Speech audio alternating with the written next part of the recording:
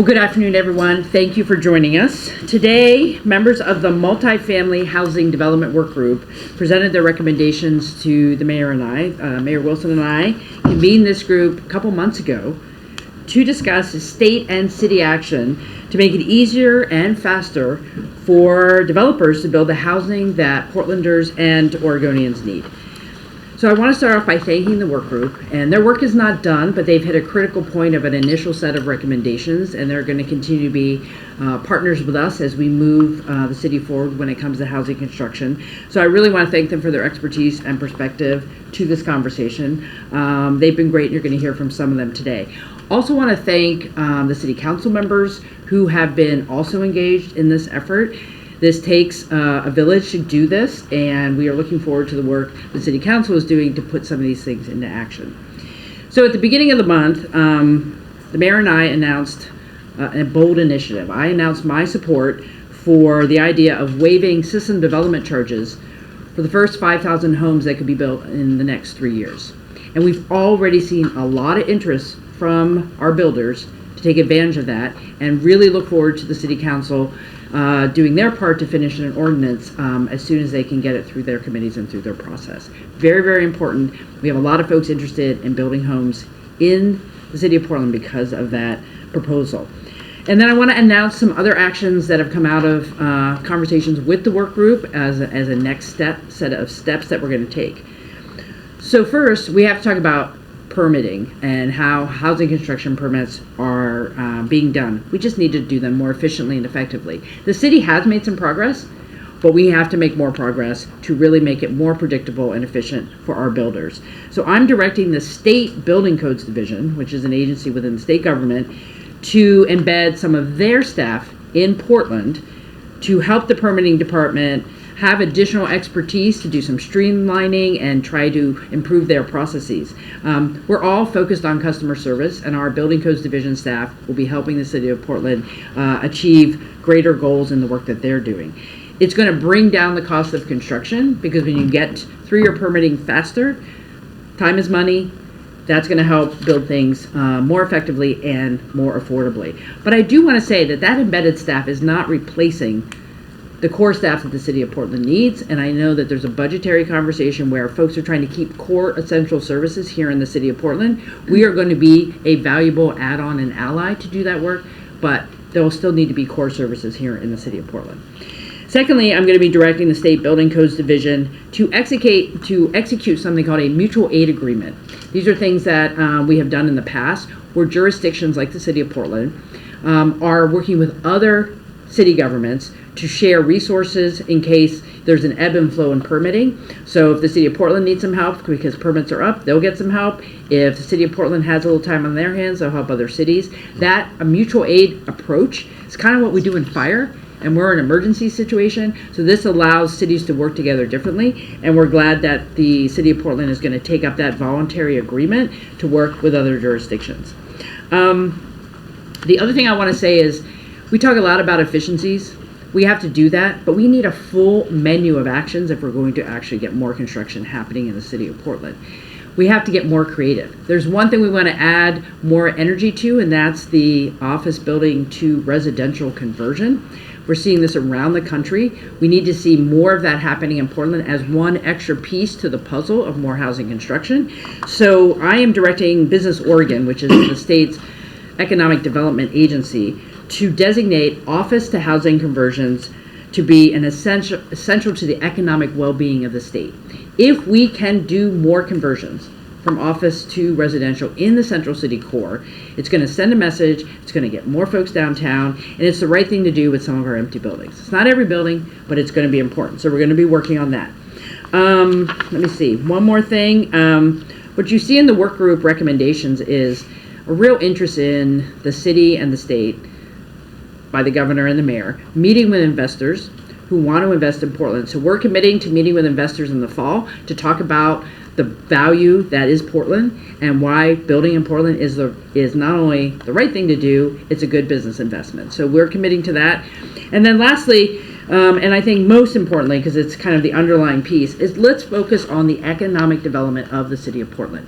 So I'm going to be committing to having a near-term 6-month plan to put the economic development trajectory of the city back on track. Look, there's a lot of good ideas right now. There are things that different organizations, Prosper Portland, the City of Portland, other organizations like the Chamber have been working on, but we all have to be on the same page. So we know where we're going to be economically 6 months from now, 12 months from now, 2 years from now for the City of Portland. And I'll be digging in on that with Business Oregon as a lead for us, because as the city goes, so does the state, and I'm fully committed. So with that, I'd like to pass it off to the mayor.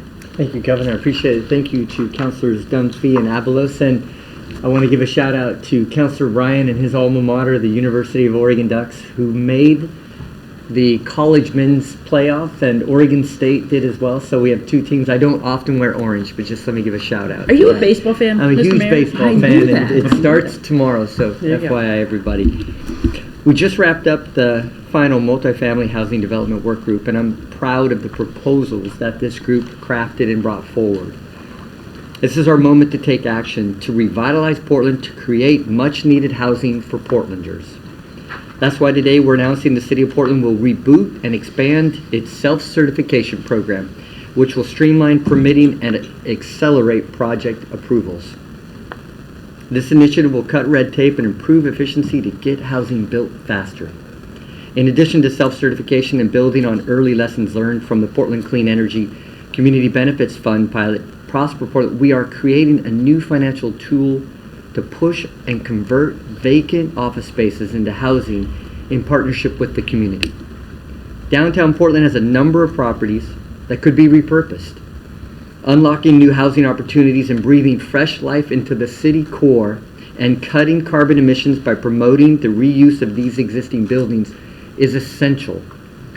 With $15 million in PSEF funding to support middle-income office to residential housing, we're opening the door for transformative work. Portland is open for business. It's open for housing, for opportunity, for growth, and for our climate future. This is important.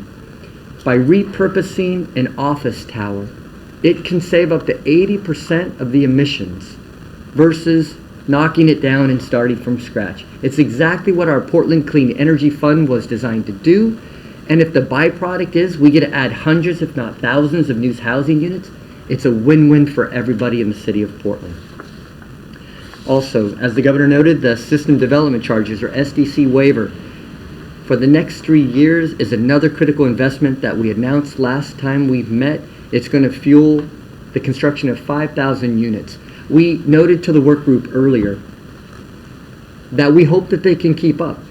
And that is something good government does. Good government doesn't tax things that they want, and we're not going to. Now, it's a challenge to the building community. Let's get going. And I'm happy to say that the developers are stepping up. They've signaled that they're ready to go, and we're ready to go as well. This moment is a springboard. We will continue working with the governor, our partners, our city council, the development community to drive more solutions like this and office to residential conversions. With collaboration and vision, we will ensure Portland remains a vibrant economic engine, and it's an economic engine that works for everybody, that leaves nobody behind. So thank you very much for helping us, and thank you for this opportunity. Thank you, Mr. Mayor. Councilor Ryan. Yes, thank you. And to the Beaver Mayor Wilson, thank you. But I'd be remiss as a Duck to not say the women are kicking off the Women's World Series today in softball, Congratulations. 6:30, and I hope we can all agree we need to beat the Bruins. Okay, we can agree. Hi, Councilor Ryan here. After herding the cats from 7 city bureaus and 5 council offices 4 years ago to lead a deep dive into improving our permitting system, I'm here today as a satisfied Portlander. And it's an honor to stand with Governor Kotek and Mayor Wilson to move with the doers here at the table to move forward some rational solutions. Our marketplace has had a lot of headaches at the moment, and government should do everything it can to provide some much needed aspirin. Thank you to the professionals at the city who willingly came together in the spring of 2021 when this then new city commissioner was convening a task force. And although I saw a few I will outlast you foreheads flashing off in those Zoom meetings, we remained in the conversation, and the attendance actually remained high at all the meetings. We use data to drive decisions, and as a result, today we're taking another rational step to work with our partners and build housing. Let's churn some dirt and build together. And on that note, I'll pass it over to one of the doers, Tom. Thank you, Commissioner Ryan. Good afternoon. My name is Tom Kilbane. I'm the Managing Director for Urban Renaissance Group here in Portland. We're a full-service real estate company with offices in Portland, Denver, and Seattle. Speaking on behalf of all the working group members, we're encouraged by the work that we've done here together, and we're confident that we're headed in the right direction. One of the top recommendations from the working group is to prioritize economic development. That means creating an aggressive economic development plan for Portland and the region with the goal of attracting new employers and keeping our existing businesses. Nothing is more important for increasing investment in housing production than showing investors that Portland and Oregon are good places to do business and that our economy is growing. A clear, focused, and coordinated economic development strategy is key to achieving that goal. To that end, we're very pleased to hear the commitment by the governor and the mayor to commission an economic development action plan. We look forward to hearing more details about the plan and encourage both the mayor and the governor to ensure that there's clear alignment and coordination between the various economic development agencies already engaged in this effort. I can say with conviction that the business community is ready and willing to join with the governor and the mayor in delivering the Open for Business message to employers and investors alike. I think we can all agree that it's time to change the narrative for Portland. And on that note, I'd like to finish with a little bit of good news. As you may have heard earlier this week, AEG signed a long-term lease to operate a new 4,000-seat live music venue, which will be built on the site of the Nordstrom building at Lloyd Center. This will be a tremendous catalyst for the Lloyd district and will be a destination for people from around the region. With over 150 shows a year, the venue will generate significant economic activity and it'll be a major contributor to our live music economy. Let's build on our strengths and keep the momentum going. On behalf of the entire working group, we want to thank the governor and the mayor for making this effort a priority. Thank you. Thanks, Tom. Sarah? Yes. Good afternoon, everyone. My name is Sarah Zahn. I'm the Managing Director of Development for Security Properties. We're a multifamily developer, owner, and operator of over 22,000 units in the western states. I'm also the board president of Oregon Smart Growth. I want to start today by acknowledging something really important. In recent years, we haven't always had a governor and a mayor working in such close collaboration as Governor Kotek and Mayor Wilson. I want to thank you and your staffs and encourage all of you to keep building on this initial hard work and the significant progress we're making. I believe it will benefit all Oregonians. The governor and mayor have today laid out a number of action plans to be excited about and which will move the needle on housing development in our communities. The proposal to freeze system development charges will immediately change some financial models and move forward hundreds of units that were previously stalled in the city. It doesn't make every project work, but it certainly helps. Thank you to all who've expressed support for this proposal, including the council members in attendance today, and we look forward to its passage at City Council in June. The governor and mayor have also committed to meeting with the investment community that provides the capital required to finance many of the larger scale projects that have traditionally delivered thousands of units each year in our community. Many of these investors are currently on the sidelines of Portland, not only because current economic conditions make investment in new development difficult, but because, real or perceived, Portland is not viewed as the strong investment it once was. The commitment from the governor and mayor to meet directly with these partners and communicate their commitment to action will be critical in bringing these investors back into our market. Today marks meaningful commitments forward in our work to produce the housing our state needs. Governor, as you consistently remind Oregonians, we need to build tens of thousands of units a year to catch up with what residents need. As you say, Mayor, let's go. On behalf of Oregon Smart Growth and many of my colleagues in the development community, we stand ready to help. Thank you. Thank you, Sarah. Thank you, Sarah. Andrew? Good afternoon. I'm Andrew Colas. I'm President and CEO of Colas Construction and Colas Development Group, where I'm a second-generation family business owner right here in Portland, Oregon. And first and foremost, I'd like to thank the governor and the mayor for pulling together this wise group of individuals throughout the region.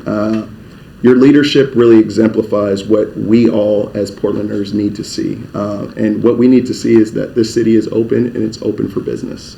You brought some of the best and brightest from the nonprofit, for-profit, and public sectors to come together and to work together to propose this plan.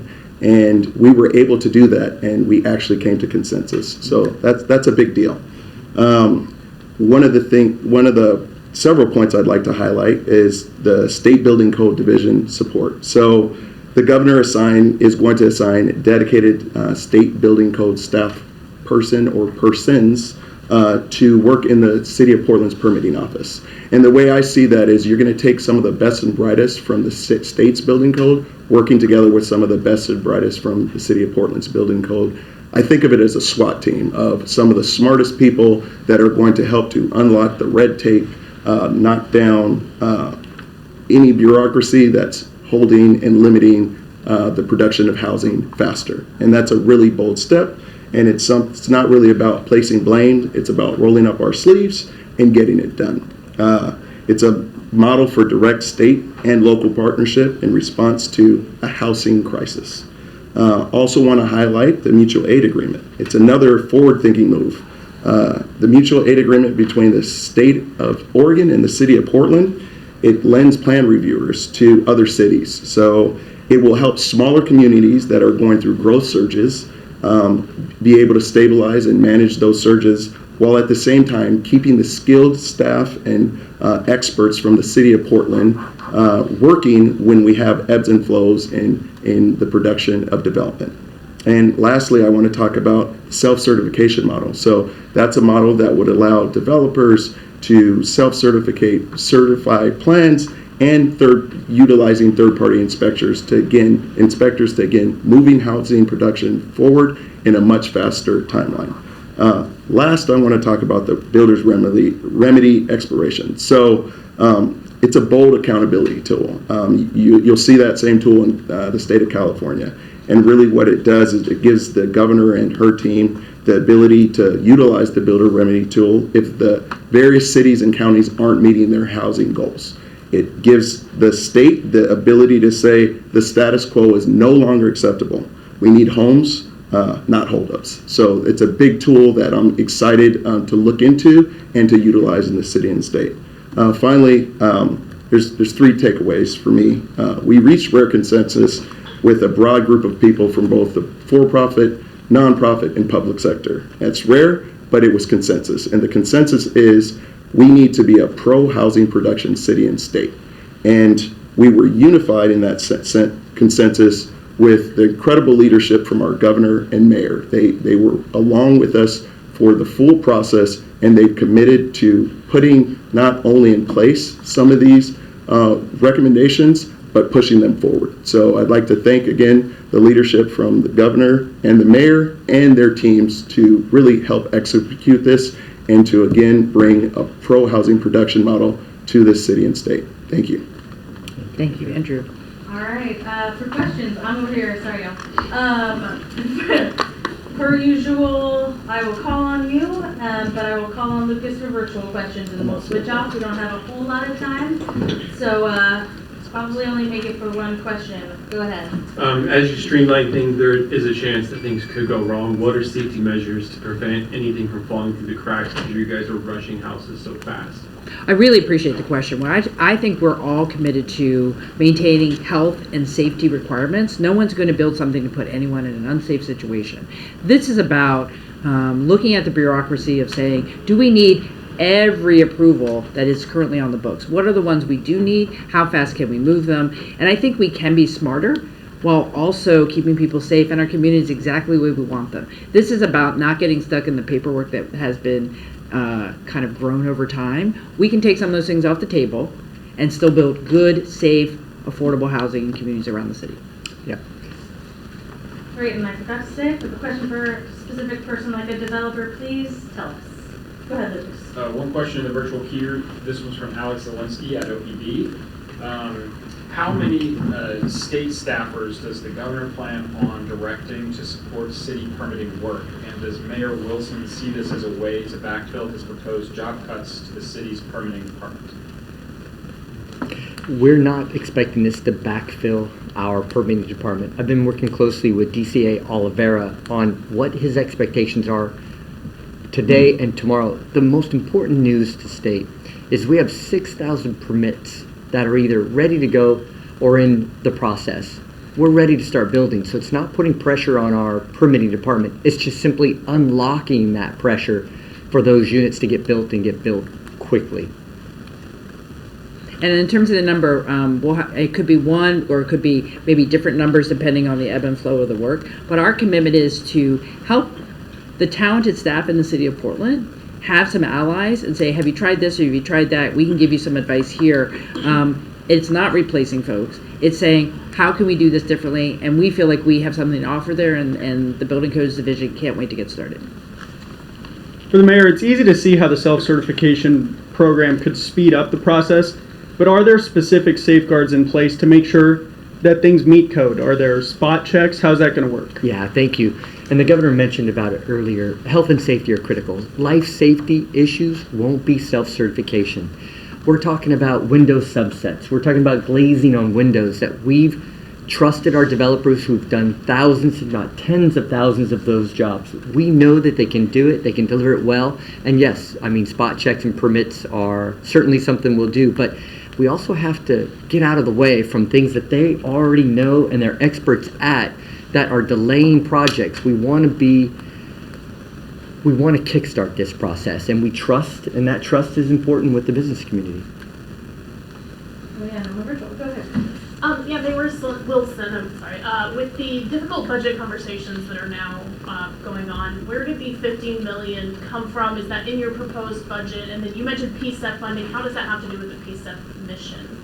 Yeah, so it's $15 million of new PSEF funding that's going through our board, and they'll approve it. So it's not in this budget. It'll be a new program, and we're looking at the notice of funding opportunity in the fall and or early winter.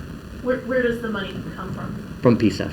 From the built reserves we have through PSEF. And then how is that part of the PSEF mission? As far as, well, as I had noted, so if you knock down a building and start from anew versus repurposing a building, you reduce the emissions by 80%.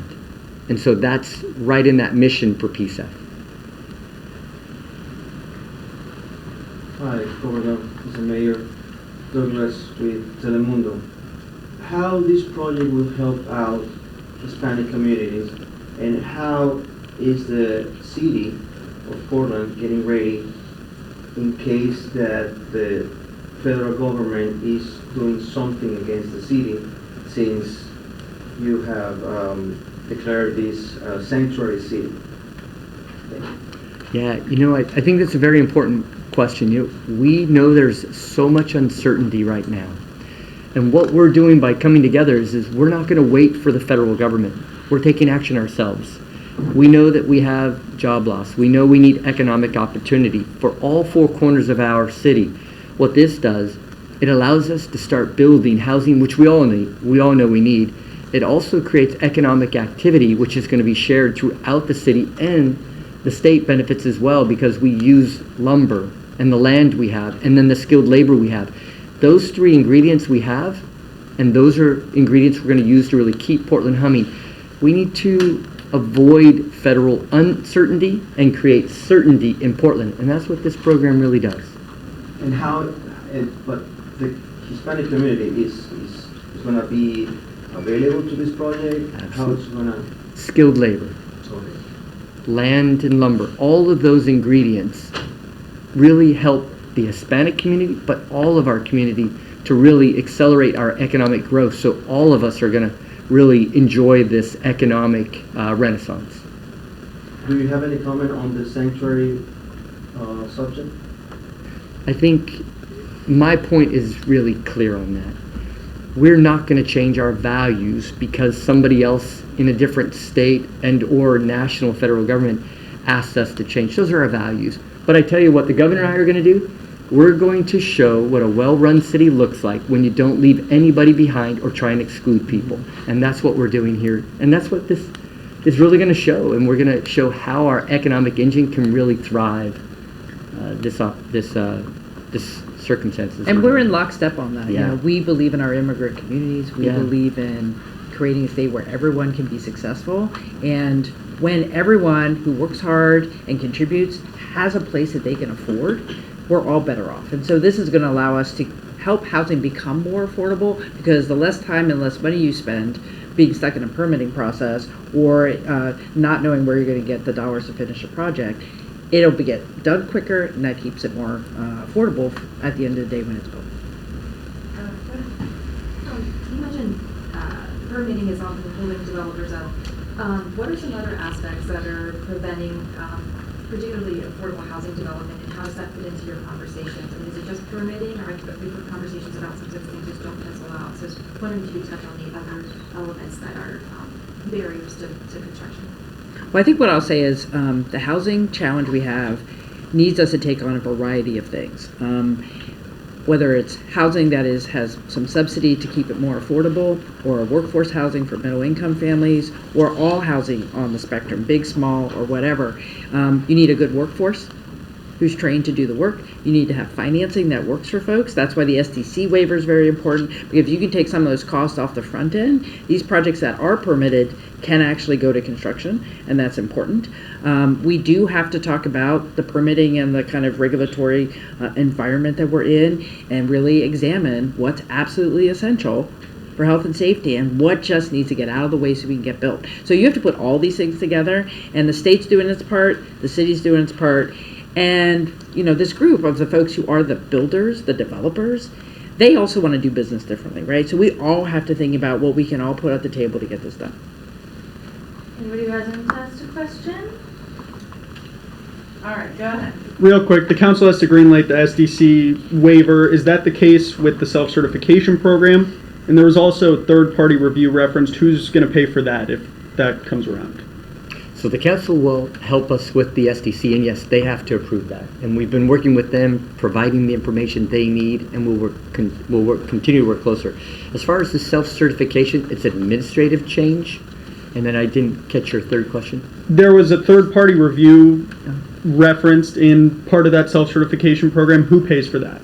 That comes from the developers and the contractors that are building. And just a point of clarification, we already have those third-party reviews for specific parts of the construction process. So when you're getting, for instance, a footing inspection, you have to have a third-party reviewer inspect your footing details before you call the city inspector. And the idea is that maybe we could minimize the amount of people that are having to be involved so you can maximize the utilization of those other inspectors. So it's happening, the skill and knowledge is there. And then if I can, just in regards to affordable housing and all housing production, when you think about a project, there's a timeline. So let's say the average timeline is 20 months from design to completion of construction. Let's just use that just for simple round numbers.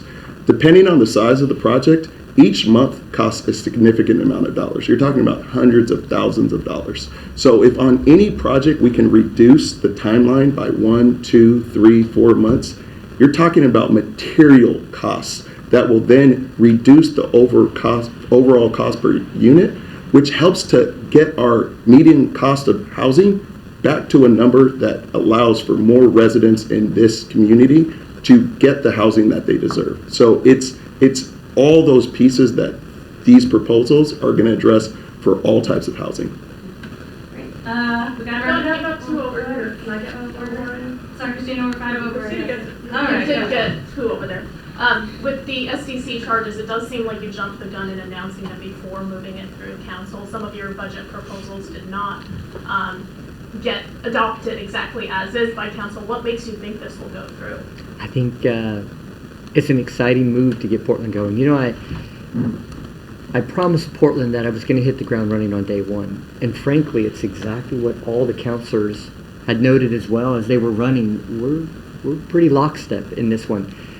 Did we jump out there in front of it? It's time to let the developers know it's time to get building, and I'm confident that the council will be with us. But you bet I was in their offices talking to them before this announcement, taking a temperature gauge, and the temperature gauge was hot, and that's important. So we didn't go into this cold. We know that they're with us, and they are ready to get Portland building. And if I may, there's a few of us here in the room, counselors, and we've been a part of those split votes. We're united on this one. Thanks, everybody. Thank Thanks, you all. everyone. Really appreciate it. Good to see Have a you. good day. Thank you.